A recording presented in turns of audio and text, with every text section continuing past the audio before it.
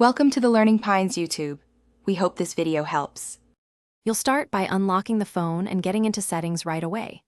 If Talkback is speaking, use a two-finger swipe to scroll and a double tap to activate items. This is how Talkback changes input. Once done, make sure you can navigate to the main settings screen, search for accessibility, with the settings search bar if tapping is slow. You're avoiding extra setup. You only need access, your credentials, and two-finger gestures to move forward.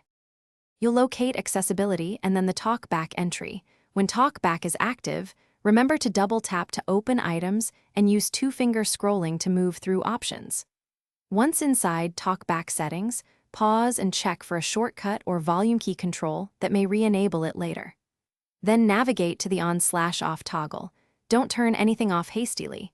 Check for confirmation dialogues so you can cancel if needed. This careful approach prevents accidental reconfiguration. Now double-tap the toggle to disable Talkback and answer the confirmation prompt with a double tap on Confirm. After it's off, test the screen using one-finger taps and normal gestures to confirm standard touch behavior has returned. If Talkback won't stay off, make sure any accessibility shortcut, volume keys, is disabled. Then reboot the phone and check again. One key troubleshooting tip: rescue mode, reboot.